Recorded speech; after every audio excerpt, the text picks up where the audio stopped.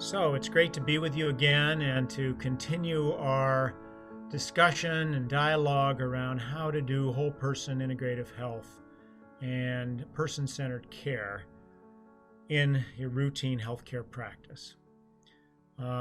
Today, we are focused on the social and emotional dimensions of a person and how that relates to health, how you can address it as a health navigator, health coach, medical assistant, provider, and some tools and resources to assist you in doing that. This is class 4, part 4 in a series. We've just had a request to also do one on sleep, so we've added one to that. We'll be adding it at some date in the future to really talk about addressing sleep. What we're going through in these courses is hitting at the underlying determinants of healing, the salutogenic components that cut across many conditions. And social support and the social and emotional dimension, which is what we'll talk about today, is a key healing dimension. So at the end of today, you'll hopefully be able to identify conditions for which behavioral, social, and emotional and counseling can help, and the difference between behavioral and mental health counseling and social and emotional support, because they are different. You'll be able to talk to patients about the importance of social and emotional issues and loneliness in healing, and identify some resources that the patient can use for integrative and self-care approaches in these areas.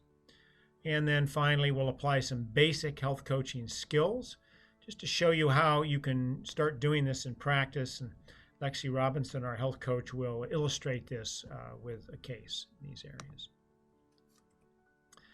So here's as a reminder, the reason that we are engaged in these integrative approaches, and that is because we know from the data that only about 15 to 20% of health actually comes from medical treatment as we currently do it. The interventions that seek to come up with a diagnosis and then with a plan often involves pills and procedures, often at late stages, and often just focused on the physical component of the individual patient.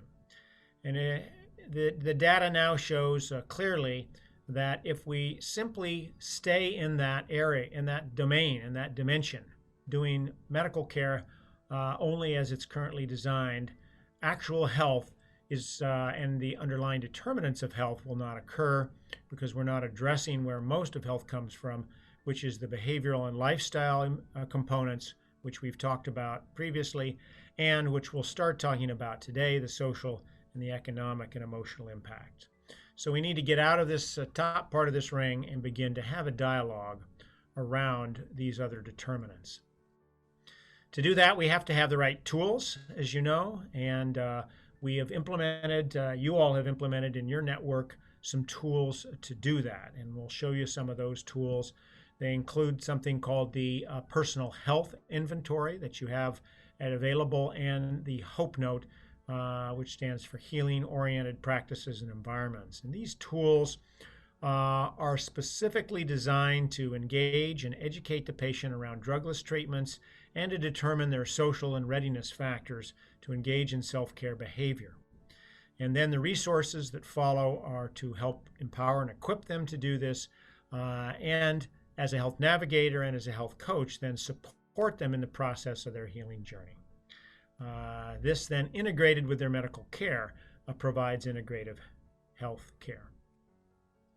The Personal Health Inventory you all have seen, and it is a simple, easy questionnaire that you can hand out or send electronically to your patients, and it asks them what matters, not what's the matter. It asks them why they want to be healthy in their life, what do they want to have health for. It takes a snapshot of how their health and well-being is now and where their underlying personal determinants, the behavioral and lifestyle components are, and where their readiness is to engage in those. So it's a way to start the conversation around these underlying components. That conversation is done through and documented with something we call the HOPE Note, the Healing Oriented Practices and Environments Note. And what this is an approach to explore where they would like to engage in terms of their own healing and how that matters to them in their life, their personal determinants, why they want to do it, why they're motivated in these areas. It involves 4 major dimensions: the physical and the external environment, the behavioral and lifestyle component, the social and emotional, and the spiritual and the mental, which is really at the core of the motivational aspects of a human being. Today, we're going to talk about how behavior and behavior change and health in general is influenced by the social and emotional dimension and how you engage in that.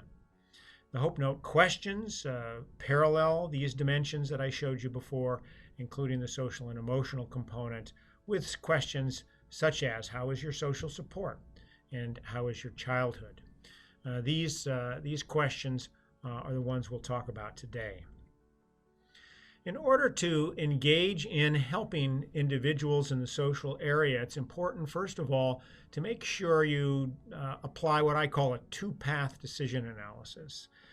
Is this somebody that needs to be referred on for professional help? Do they have a mental health issue or some other issue that is not currently being addressed? If they have a mental health issue and they're not engaged with a professional, if they have anxiety, depression, or other things, and we'll show you a couple of those, then they need to get into the services of mental health resource of some type. If they're already in services of mental health resource, then you can go on and offer them continuing social support for other issues. If there is a social or a safety issue, then they may need to engage with social services, again, a professional group, and need referral on to that. If they're already getting support in these areas, or if they don't have a condition that requires this, then it often comes down to addressing issues of stress and loneliness. And so you can continue to explore the situation, and we've shown you many stress management tools if that's what they're interested in. And what I'll focus on in this session is things that can build on the loneliness part of it, the social support part of it, through things like journaling, art therapy, social groups, etc. And we'll demonstrate these and go into these in more detail. Health coaching techniques, again, use this distinction between therapy and counseling to make sure that if there are red flags, and here's a list of some of them, if they have diagnosed depression, if they have suicidal ideation or thinking, these require immediate professional help. Eating disorders, substance abuse disorders, anxiety disorders. If they're not engaged and are already getting professional help in these areas, then that should be the first thing. Health coaches need to stay within their scope of practice. Some of you may have been trained as a licensed mental health provider, in which case then you can offer mental health counseling, but if not, then get them to someone in behavioral health that can do that. Same with social workers who are professionals in addressing the social work issue. But as many people already are engaged in those things, then you can move on and continue to help support them in social support, as I'll show you. This often focuses on identifying and fleshing out the concept of loneliness. Why is loneliness so important? Let's talk about that. First of all, it is epidemic. It is widespread with 20 to up to 40 or almost 50% of people, depending upon where they are, who they are, and their demographic and age factor. It is a risk factor for disease, and it also impacts recovery and healing. So often, the reason and the process for healing is embedded in relationships.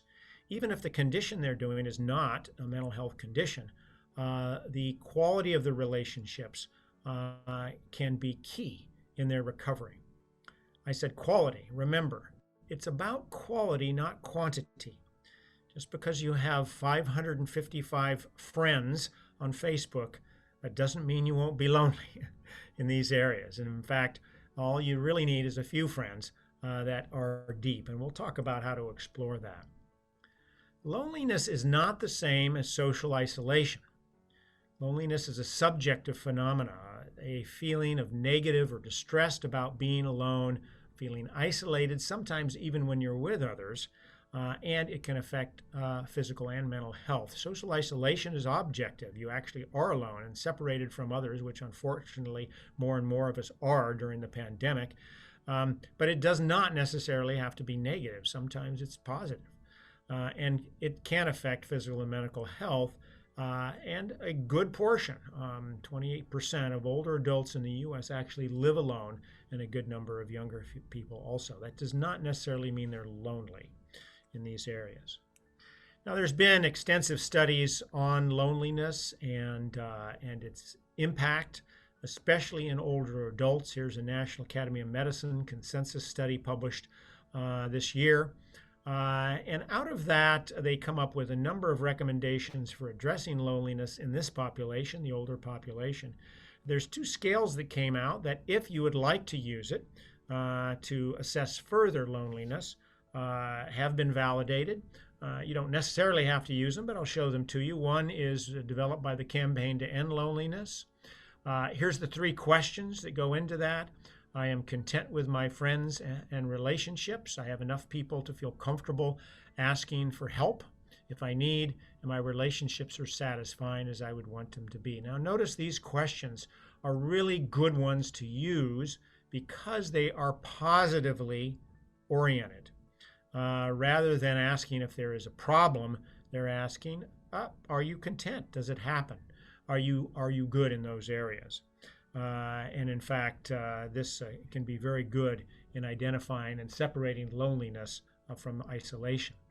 Here's another one, UCLA 3-item loneliness scale. This one is negatively skewed. How often do you feel that you lack companionship? How often do you feel left out and isolated from others? Again, this is a validated tool. There's a way of scoring it, which I've listed at the bottom here, but it is negatively skewed. And sometimes patients do not want to admit any of those things, but they may admit whether they feel fully fulfilled with the positive as the assessment scale. So you can use either of those if you'd like, but I'll tell you, the best question that I've found just in the conversation that comes out of the Hope Note is simply asking, how is your social support? Do you have social connections that satisfy you?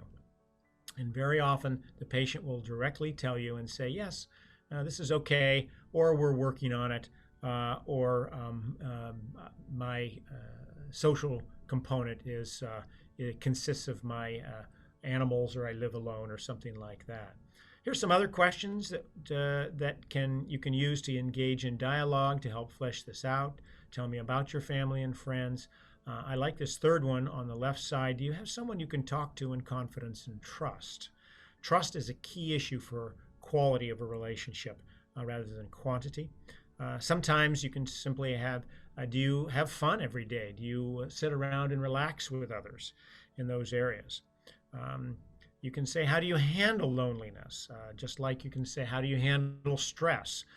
You can assume that at times all of us are somewhat lonely, and if they have coping mechanisms for handling loneliness, this isn't saying they're lonely, but it gives you a sense of how well they're doing in those areas.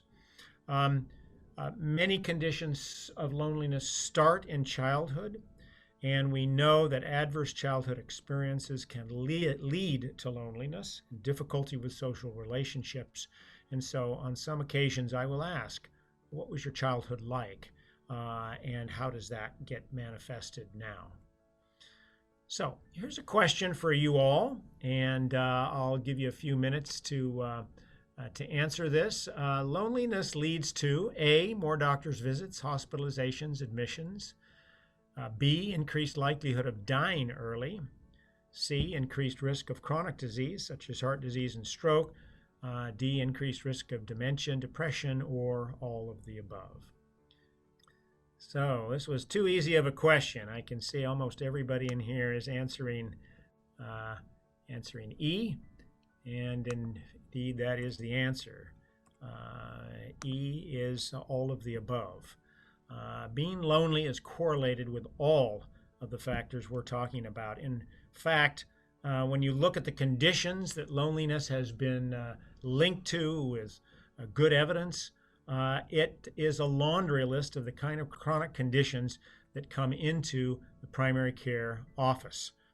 From chronic disease and cognitive issues to high blood pressure, weakened immune system, cancer, obesity, dementia, or anxiety and depression, and even early death are all correlated with loneliness in these areas. The science actually has begun to converge on why it hits at so many of these things. And as we're discovering more and more as we look at the biology of chronic disease, we see that loneliness actually increases the general inflammatory processes in our body that can lead then to worsening chronic conditions. People that are lonely have a higher set point of inflammation, they have a weaker immune system, and they have higher risk for mental and physical health, suicide, and death. And so providing social support, addressing social support is key. Your role as a health navigator, as a health coach, again, is not to deal with the mental health conditions which require a professional, but it is to address loneliness. And you can do that simply by listening and connecting to the patients and through the Hope Note and through your interactions, helping them to learn about resources that actually can help identified in their area that can mitigate that and identify what changes that they're ready to make and how they might make them in these areas. Connection matters. On the flip side, there are many positive things that the opposite of loneliness provides. Social connection boosts mood, increases longevity, increases sense of purpose, improves functioning, decreases inflammation, decreases stress in these areas. And so simply making connection actually can create positive well-being across the board. Here's a couple examples of research. There's extensive research in this area. And I pull out these examples just because I'd like you to appreciate how powerful making deep social connections is, including with your patients and you.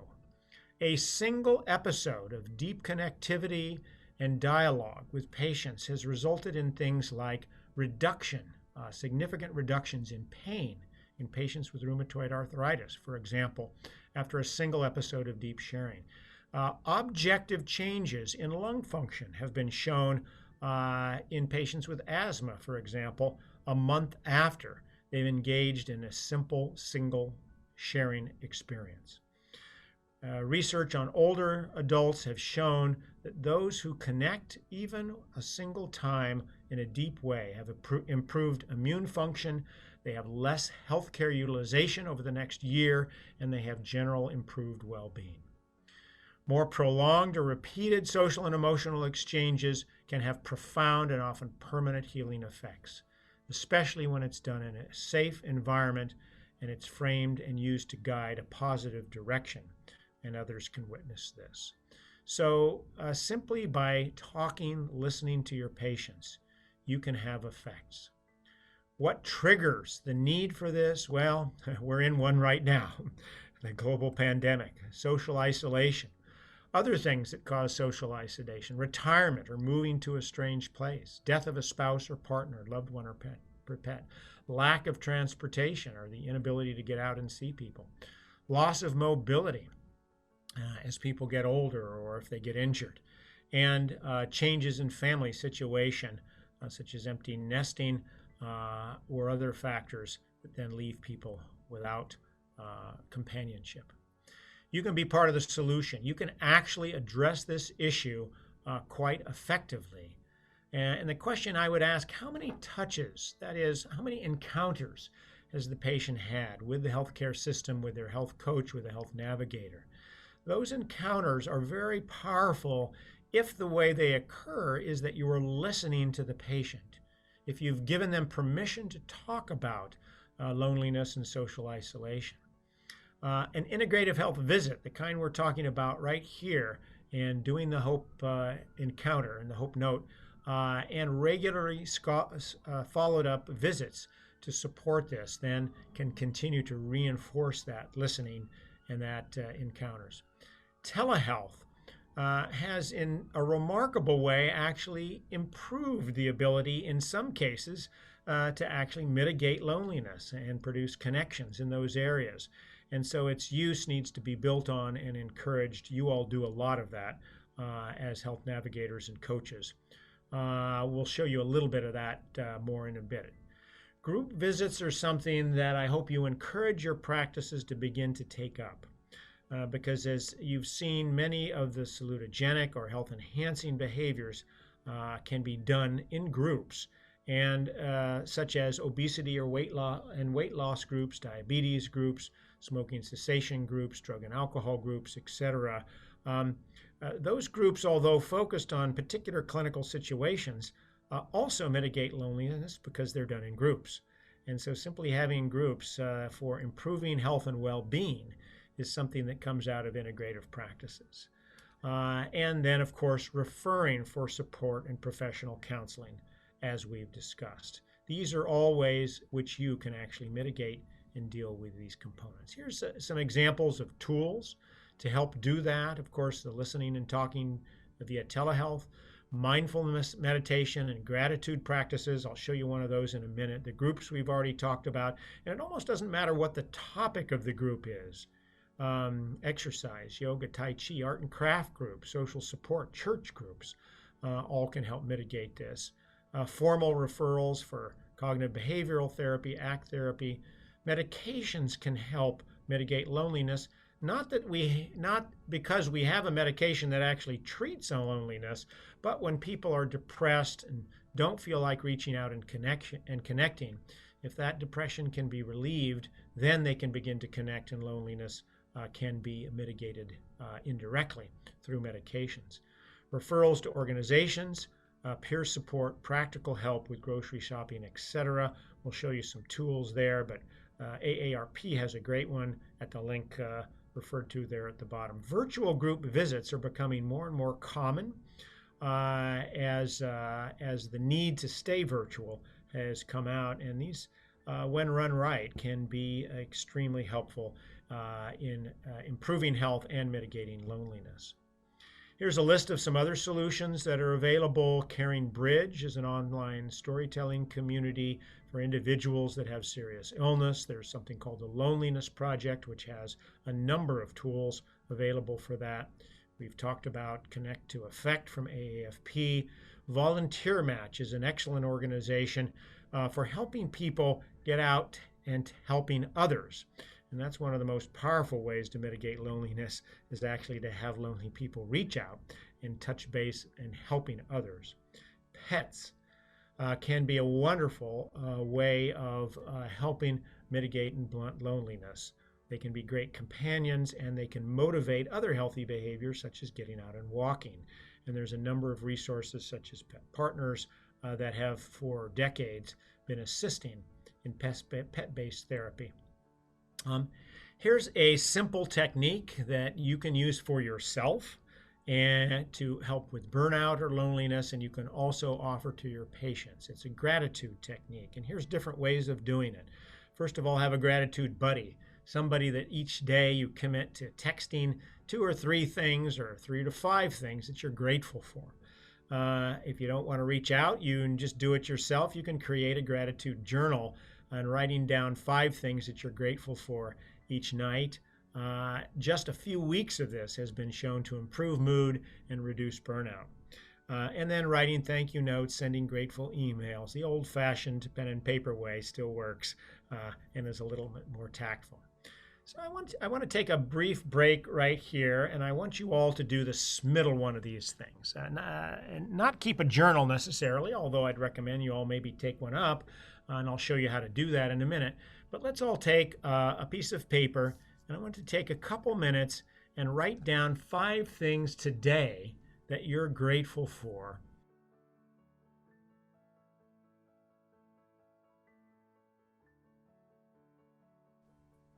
So working from home is a common one. My family and life, absolutely. Good health, family. My 8-month-old grandson, life and family. Feeling and having compassion, sense of peace. Waking up in good health. Working from home, and isn't that interesting? Working from home. More and more people are doing that, and it can be very rewarding. Just being able to work, grateful for being employed. Absolutely. There's so many people that have lost their jobs during this time that's something to be grateful for. My life, my wife, my career. Great. God, family, life. Yes. These are things that you're putting in the chat box right now that are getting at the core things that matter to people. And this is fundamentally what we're trying to get at when we do a Hope Encounter or an Integrative Health Encounter, finding out what matters. And in the Hope Note, or in the PHI, there's a place where people can write these things in. And many of the things that you're writing in the chat box right now that you're grateful for are the very things that patients want their health for. And so what's very useful is to take those things and, make sure you refer back to them as you work with patients, as we get into the details of, the diet changes or the treatments or the medication issues or referral issues. Periodically, it's good to revisit and say, are we now actually making it easier for you to do the things that matter, like some of the things you've just put in the chat box right there. And the next session we'll be talking about the mind and spirit, meaning and purpose, and that's really getting to the heart of healing. Thank you for all those comments. That's a great way to do that. Helping people make this kind of an exercise routine is part of what you can do as a health coach. And here's a simple technique that can assist in that. It's called journaling. There are a variety of ways of applying journaling, and I've listed a few things here. 10 things that I miss before quarantine, 10 things that are most important right now. We've just listed a number of those things. And what's become more and more meaningful for me, and things that I'd like to change. You can also use journaling to dialogue with different parts of yourself that may be a bit at odds in those areas. Dream journaling is a powerful way to get messages from the unconscious and deepen the meaning. The link at the bottom of this, which we'll send to you with these slides, has a whole series on journaling, how to do journaling, how to set up, how to make it happen. And when patients that I have are talking about wanting to understand what is most important for them in their life, but they're not exactly sure, then a lot of times I'll ask them to start with journaling to begin helping them get clarity about what's most important in their life. So journaling is a very simple technique that allows you to have a dialogue with them, allows them to have a dialogue with themselves to mitigate loneliness. Here's some simple techniques. It's called technology, and a lot of people have talked about that. This is my 94-year-old mother, who I FaceTime with every night. She is in an assisted living center, still can get up and get around with assistance, but needs assistance in all of her activities of daily living. And she also has some real memory challenges and some dementia problems. Can't remember what she had for breakfast or lunch, but she still has a very rich emotional body, and the social part is what she survives with. And so by our family FaceTiming with her on a regular basis, I can tell you for sure this is what has allowed her to survive during this pandemic of isolation. On the right-hand side is her 94th birthday celebration, which we did on Zoom, where she gets to see both her kids, her grandkids, and her great-grandkids that are there in the component. And boy, that brought her a lot of joy. And it literally keeps her alive in those areas. Simple technology that can be set up. Here's another one that most people don't think about. Very often when we hear patients and they may be suffering from mental health issues or loneliness, we think, oh, they need help. But one of the best ways for them to get help is to help others, giving back. And in fact, if they'll engage in some kind of social charity activity, and here's an example: walking pets, starting a sewing group, bringing meals over to others, reaching out to family and friends. Volunteering actually can be one of the most meaningful experiences and meaningful ways of connecting to others. And here's a link to a site that actually assists people in finding ideas and implementing volunteering in their own life. So now let's turn it over. I'd like to turn it over to Lexi again, a health coach that works with me and my patients, and give you her a concrete example of one of the patients who, after the PHI and the Hope Note, then engaged in the social and emotional area. So Lexi, why don't you take it away? Okay. So Dr. Jonas saw Alex, and following his visit with her, sent me a note letting me know she was interested in non-drug approaches for anxiety, depression, and insomnia, which is very common with the patients that he sees. They are looking for non-drug approaches because a lot of them already take drugs for other things. So they're looking for a different way. And he said she was interested in journaling, the Alpha Stim device, guided imagery, and that she would be willing to meet with someone in behavioral health. So I started by checking about the behavioral health referral to try to get some information about that directly to the patient, and check with the person who does behavioral health in the clinic that he works in to try to get that facilitated, because that seemed pretty important.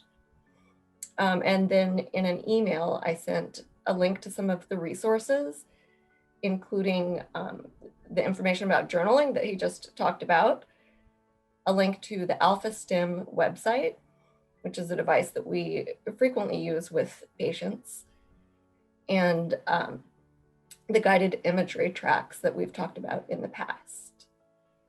Next slide.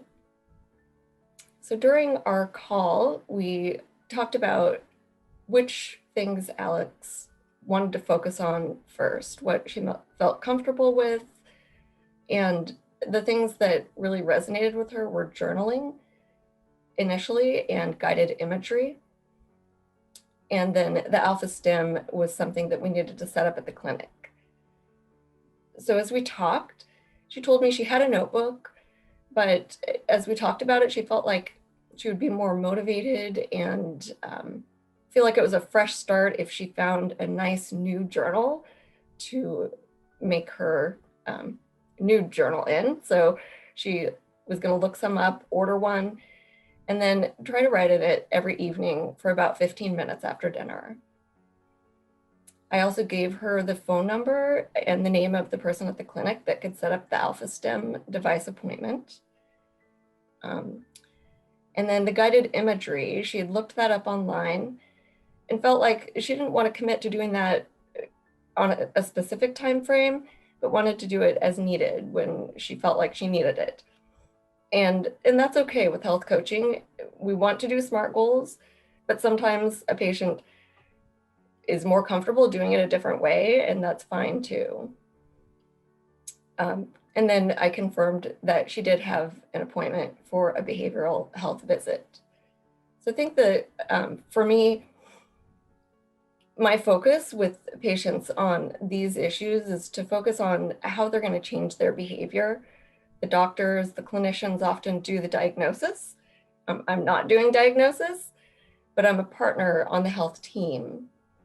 And I have another patient in particular that I worked with for many months, and we talked about her dog, the art she did. She would tell me what she talked about with her therapist, and we would integrate those as time went on into the goals that she set over a period of months, because what the initial goals are often change as time goes on. So that's it. Okay. Thank you very much, Lexi. So there's an example of how to do a health coaching session that is prominent in the area of social support. Notice that there's overlap there. Some of this was stress management. There was some health navigation to to the behavioral health components, and a lot of it was social and emotional support just from the encounter itself, by having someone to talk to clarify, what was important, what they wanted to do on their healing journey. I just wanted to put up this resource. Jen Dorr in our office and her team have put together a wonderful and very comprehensive set of resources and links about how to navigate this space, which has become increasingly challenging during the pandemic. It's called Healing Patients in the Time of Loneliness and Social Isolation. There's the link. And it is a comprehensive, almost I would say comprehensive guide to tools, resources, and issues that you can use in the time of loneliness for providers such as yourself. I do want to do a shout out to a new course that is out there for providers. This isn't particularly specifically on social support, but it's on chronic pain and looking at all of the integrative approaches and the integrative processes that you've been learning here for patients with chronic pain. So if you'd like to boost and enhance your skills and abilities in that, check this out. It was developed by the Tufts University Office of Continuing Education, and you can earn credits from that in those areas. So take a look at that, and you can enhance your treatment at that. And there's the link down there at the bottom. We will, I think, go on to the mental and the spiritual component next time. Then we'll go to sleep, and then we'll revisit any other needs that you might have, and maybe break up into smaller groups, and you can begin to practice these things together.